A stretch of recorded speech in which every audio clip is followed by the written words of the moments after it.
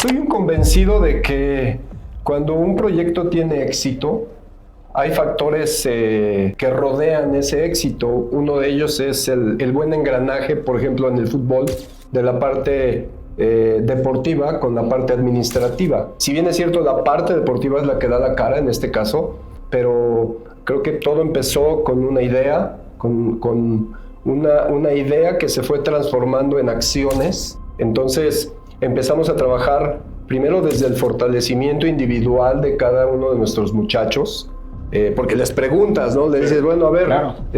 Porque yo no sabía en ese tiempo que iba a ser el entrenador todavía, me dijeron que podía ser el entrenador, entonces yo me adelanté y les dije, bueno, a ver, de aquí, ¿quién quiere ser campeón mundial? Pues obviamente todos levantaron la mano, ¿no? Entonces le dije, bueno, este es el equipo que va a jugar, y algunos de ustedes, si son consistentes, si creen en lo que estamos planeando y planificando para ustedes, lo vamos a poder lograr. Entonces empezamos a cambiar esa visión de lo que, digo, en el fútbol todo está inventado, pero los detalles son los que hacen las grandes diferencias. Para tener resultados extraordinarios no tienes que hacer cosas extraordinarias, sino tienes que hacer cosas sencillas extraordinariamente bien. Y nos enfocamos mucho en eso.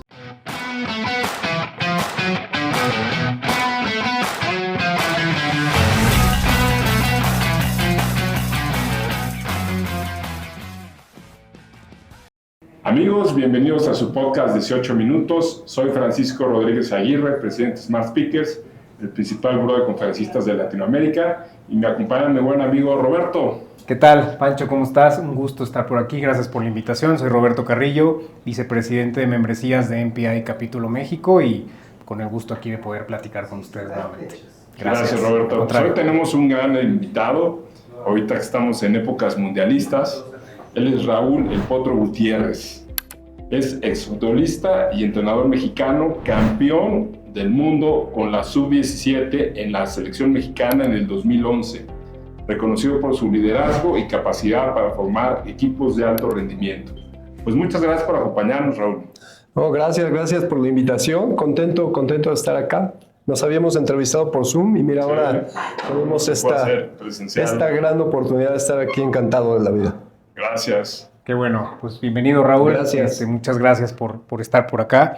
Y bueno, pues entrando en materia y justamente tomando lo que mencionaba Pancho, digo, y uno quizá algunos de tus logros más importantes, esta parte del campeonato con la selección sub-17 en 2011, y llevándolo al tema del liderazgo, ¿tú cuáles crees que fueron los factores claves para poder lograr ese objetivo, poder llegar a esa meta?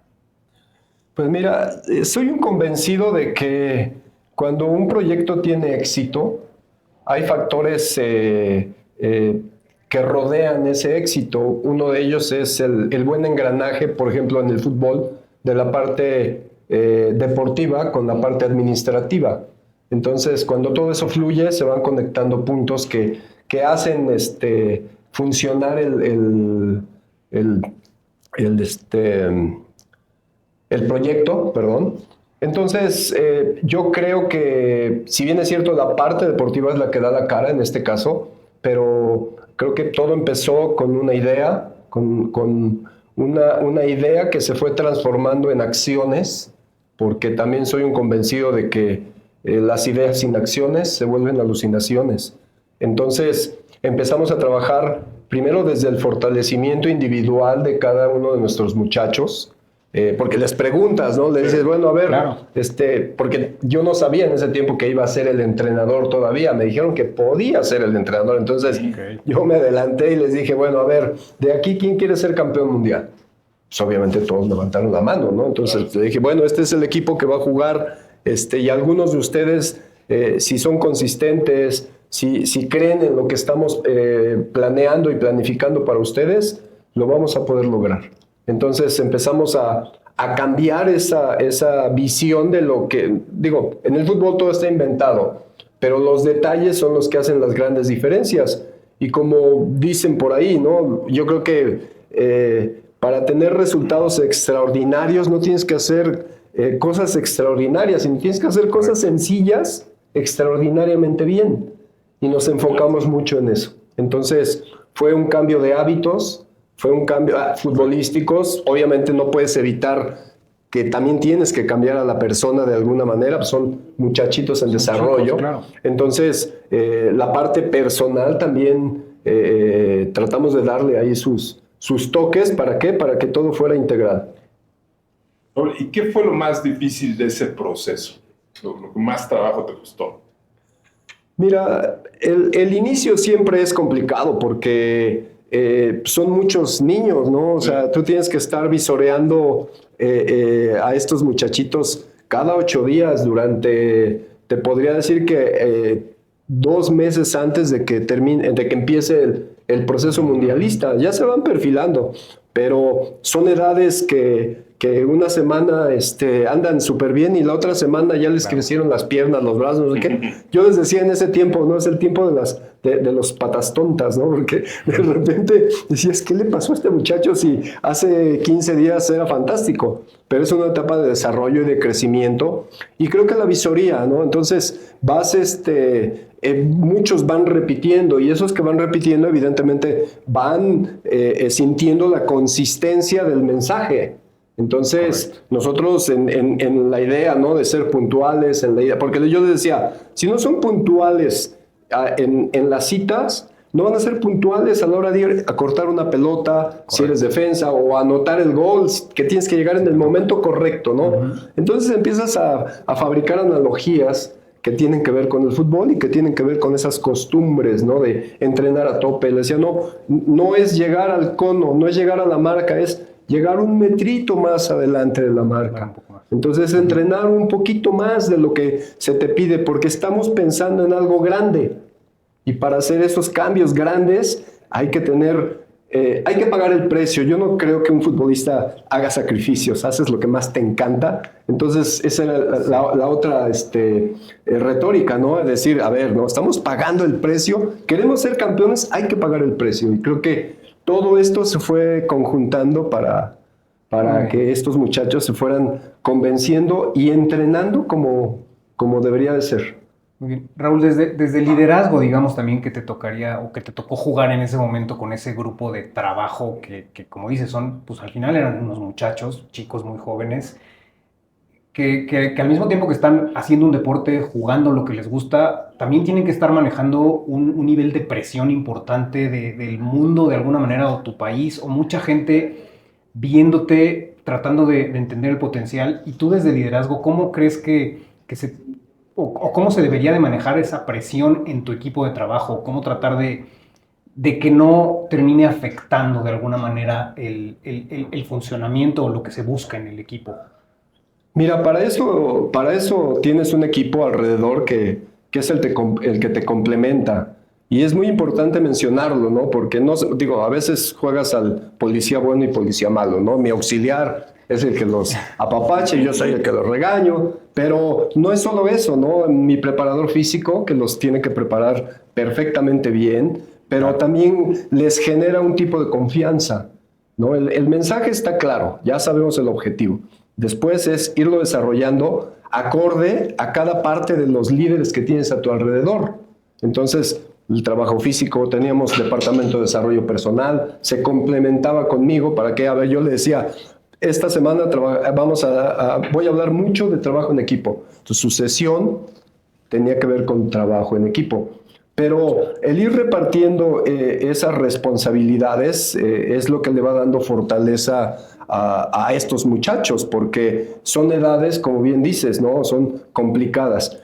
Y al final, lo que les fue dando seguridad es la preparación. La preparación, los partidos que fuimos jugando en diferentes latitudes del planeta. Y entonces, pues al final la confianza viene de estar preparado, ¿no? Entonces, cualquier cosa que podía suceder, estábamos todos muy conscientes de que podíamos solventarla y resolverla, porque estábamos bien preparados. ¿Cómo manejabas el tema de los egos, ¿no? Porque siempre en algunos, en la mayoría de los equipos tienes algunos que son pues, las estrellas, que sobresalen más sobre el equipo, ¿no? Pero de repente pues pueden hacer de menos a los demás miembros, ¿no? ¿Cómo manejabas esas situaciones? Mira, yo pienso firmemente que no hay nada más representativo que en el liderazgo que el ejemplo. Sí. Entonces, primero tú tienes que ser un tipo ejemplar, ¿no? Para que vean cómo tratas a la gente, que vean el lugar que le das a cada uno no solamente de tu cuerpo técnico, de tu staff, sino también a cada uno de los jugadores. Y en esa medida, pues, tú tienes que conocer también a los jugadores, ¿no?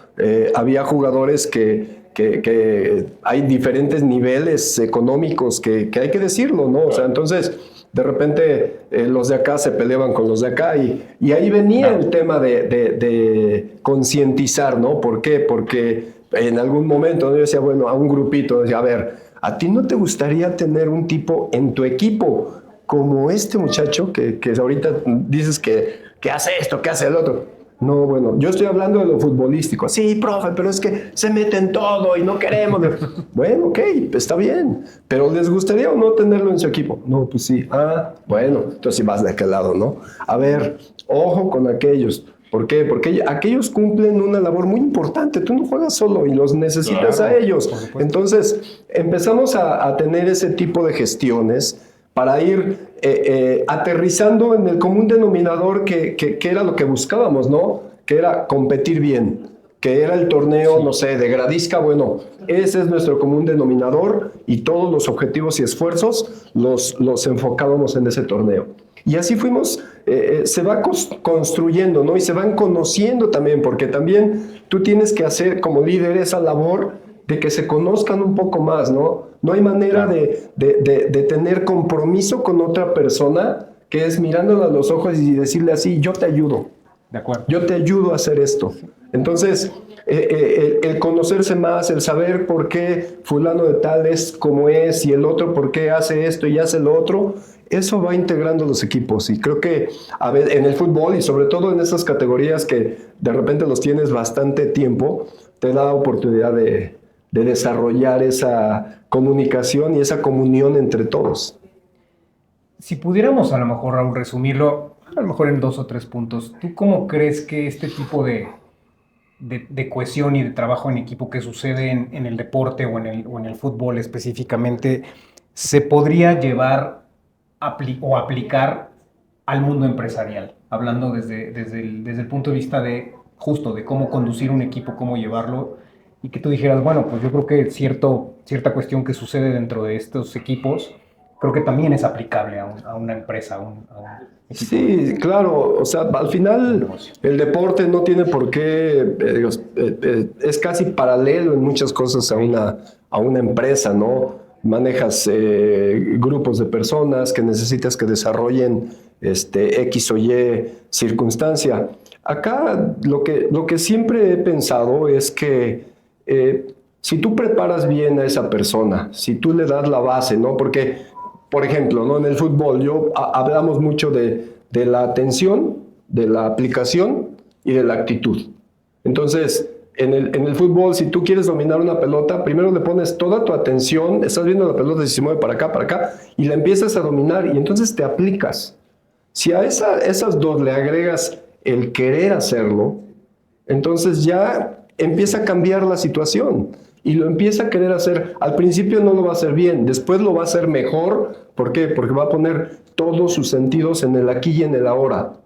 Entonces, en el mundo empresarial muchas veces eso es lo más complejo, ¿no? Aterrizar a tus elementos en el aquí y en el ahora de la circunstancia o de la labor o del proyecto en que estén haciendo. Entonces, creo que esa es una de las partes fundamentales.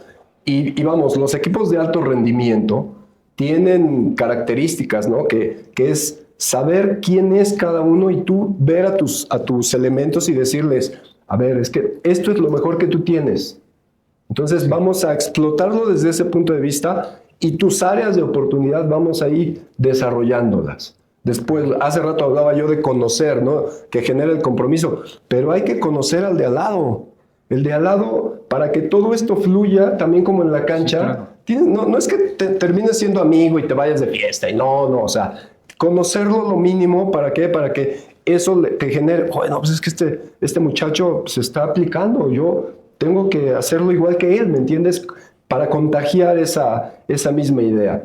Y después, bueno, empresa o equipo de fútbol, hay un contrario.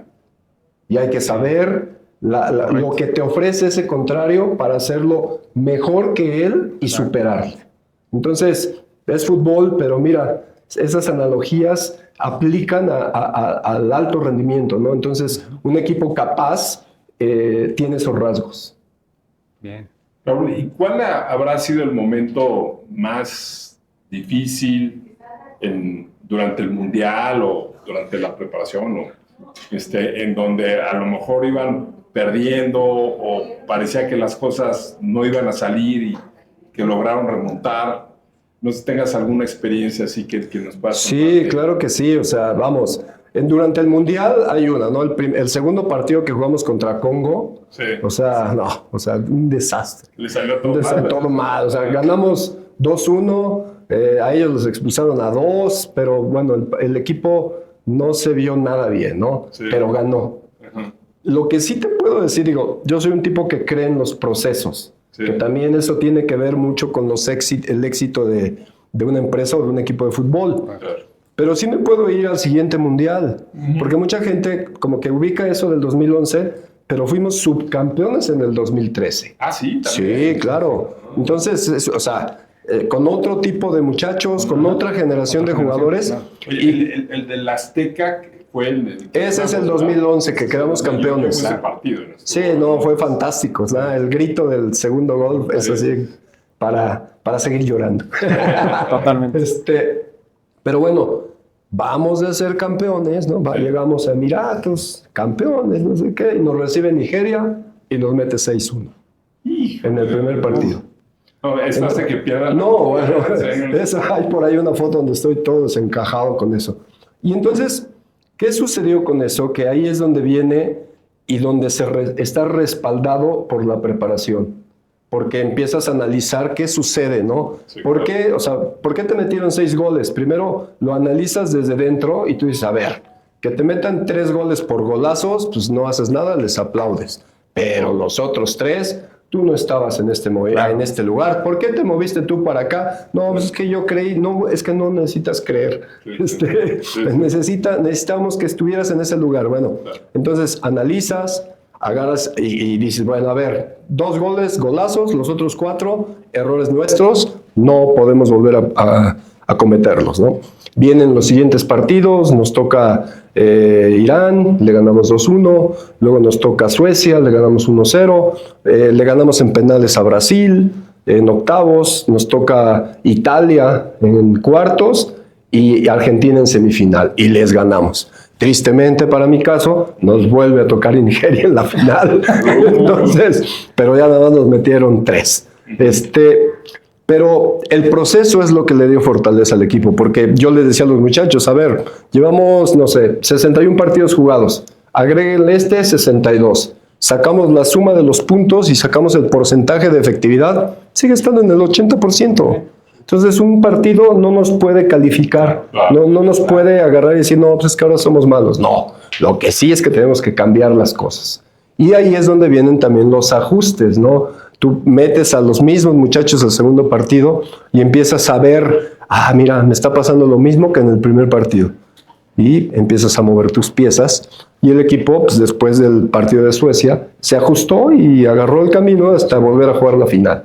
Pero son esos momentos, en los momentos más complejos que tiene un proyecto, es donde están más respaldados por la preparación y los valores que tiene el equipo para sobrellevar esto. Oye, una preguntita así rápida. De estos jugadores, algunos son grandes estrellas ahorita, ¿no? Mira, esa pregunta, muchas personas se quejan de eso, ¿no? Es que ¿por qué no hay más jugadores? En esas edades son prototipos de jugadores. Sí. Y hay muchos factores alrededor de estos muchachitos que necesitan alinearse para que estos jugadores, ya no digas que repitan en selección nacional, sino que se vuelvan jugadores de primera división. Entonces, yo creo que el punto principal para que uno de estos niños llegue a primera división, sin duda el primer punto es la calidad. Sí. Entonces, pero la calidad y después viene la convicción, ¿ves? O sea, porque hay gente con alta calidad, pero se desenfocan de lo que quieren. Sí. Y pierden el camino, porque es muy sencillo, ¿no? No sé, tuvimos a la Momia Gómez, ¿no? Que metió el gol de chilena, nos salvó el partido y demás. Y uno pensaría chilena, que... ¿no? Claro, no, y contra Alemania, o sea, de esas jugadas impresionantes que parecen de Hollywood. Y sin embargo, no logró establecerse, ¿no? en primera división. Te digo, la calidad es a veces el entorno familiar, que a veces no ayuda, a veces sí ayuda. Las políticas de los clubes, si el club está para el desarrollo de esos talentos, pues, probablemente el muchacho va a tener más chance, los entrenadores. Entonces, mira, cuántas cosas se tienen que alinear para que estos muchachos terminen jugando. Pero es una situación, digo, no es decir que mal de muchos consuelo de tontos, pero es una situación que pasa en casi todo el mundo con esta categoría. Correcto. Raúl, y bueno, pues a lo mejor entrando un poco en el tema también de la época y de que estamos próximos al Mundial de Fútbol aquí en casa, además. Tú, pues, ¿cuál sería? Digo, a lo mejor es complicado, bueno, no complicado, sino a lo mejor es muy extenso, pero tú ¿cómo ves al equipo de México preparado o preparándose para lo que viene, ¿no? Jugar un Mundial en casa, ¿tú crees que se puede llegar a cosas importantes? ¿Cuál sería tu punto de vista? Pues mira, hoy se está criticando mucho, ¿no? Que si, ¿por qué los concentra? Que si, ¿por qué no los concentra? Yo lo que sí creo es que hay una frase muy célebre, ¿no? Que dice que hacer lo mismo siempre, o sea, y esperar resultados distintos es una locura. Y creo que en los dos procesos pasados se hicieron lo mismo. Entonces, hoy que se está encontrando otra idea de preparación, porque históricamente México depende de los jugadores nacionales para competir, más que los que estén jugando fuera. Entonces, digo, tampoco tienes que ser Einstein para agarrar y decir, a ver, si el grueso de jugadores es nacional, pues hay que ponerlos a jugar juntos. Las grandes selecciones que quedan ahí en la memoria de mucha gente, la del 94 en la que participé, la del 98, la del 2006, salen equipos que cumplieron procesos completos y tuvieron una preparación, sí, como de un mes y cacho, de estar juntos y de buscar esto que te digo que es cohesión. La gente cree que porque juegan en, no sé, en Europa, ya van a llegar y se van a entender a la perfección. Y eso es el proceso del que hablo. Entonces yo creo que hoy va a depender de esta preparación que está haciendo Javier Aguirre, y sobre todo porque el mensaje que dejaron en los últimos dos partidos, que fue contra Portugal y contra Bélgica, fue muy bueno, cambiando jugadores, viendo otros conceptos distintos a lo que veníamos repitiendo. Entonces vi un equipo competitivo y creo que podemos por lo menos esperar una respuesta muy diferente a lo que habíamos visto, yo creo que hace 2 meses. Yo digo, siempre confías en que le vaya muy bien, ¿no? Que eso es algo que también tiene que ver con el liderazgo, ¿no? El positivismo que hay que inyectarle a las circunstancias, ¿no? Entonces, creo que yo veo Vasco vino a equilibrar muchas cosas y bueno, vamos, es una silla muy compleja donde con nadie quedas bien. Entonces, hay que ser pacientes con eso y yo veo que podemos hacer buenas cosas. Pues desafortunadamente ya se nos fueron los... No me digas. Pero mil gracias, Raúl, por acompañarnos. No, encantado de la vida y año mundialista. Oye, ¿y por qué te pusieron el potro? Bueno, hace tanto pelo de eso. Es que coincidió en que después del, ¿qué año? 92, 93, yo me empecé a dejar la coleta de caballo. Sí. Entonces, sí, me creció considerablemente, jugaba en el Atlante, los potros del Atlante, y ya sabes que el perro Bermúdez, ni tardo ni perezoso, agarró el potro Gutiérrez, y después me fui a la América y me puso el Pegaso Gutiérrez, porque me salieron alas.